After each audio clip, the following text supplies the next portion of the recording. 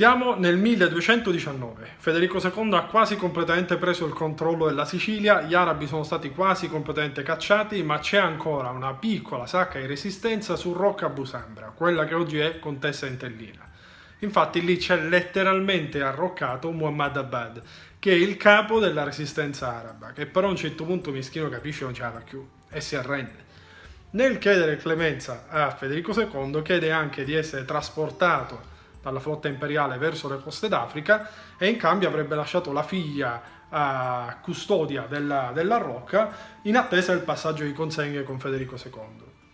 Federico II accetta, però in realtà aveva già pianificato tutto, aveva pianificato di ammazzarlo ad Abad e infatti appena la flotta imperiale arrivò al largo, ubigliò e oicò a mare. La figlia lo venne a sapere quasi subito e nisciò fuori.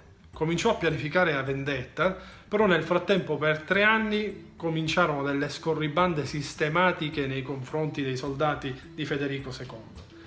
Dopo 3 anni arrivò l'occasione giusta per la vendetta. La figlia di Abad mandò un messaggero a Federico II e gli fece dire che basta, non ce la faceva più. Le sue truppe non la seguivano, non avevano più da mangiare, non avevano più forze, quindi basta, mi arrendo. Mandami 300 uomini stanotte, io li faccio intrufolare nella rocca, tu pigli il controllo e io me ne vaio. A Federico II non ci paese vero. Disse, oh, finalmente ve levo questa camorria.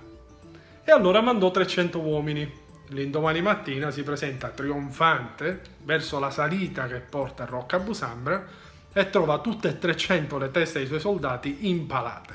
All'inizio ci arrisò. Federico II disse, no futtino.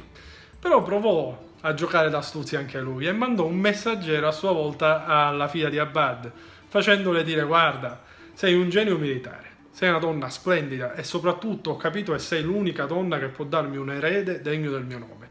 Mare Tamunni. La principessa per tutta risposta gli rimandò indietro la testa del messaggero.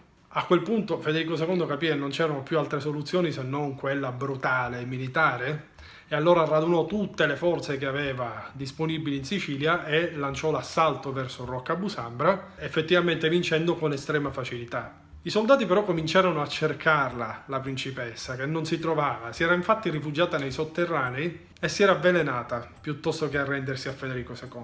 E ancora oggi la rocca di Contessa Entellina viene ricordata come Rocca della Principessa, in onore della principessa che non si piegò al nuovo imperatore e cercò di vendicare il padre in tutti i modi.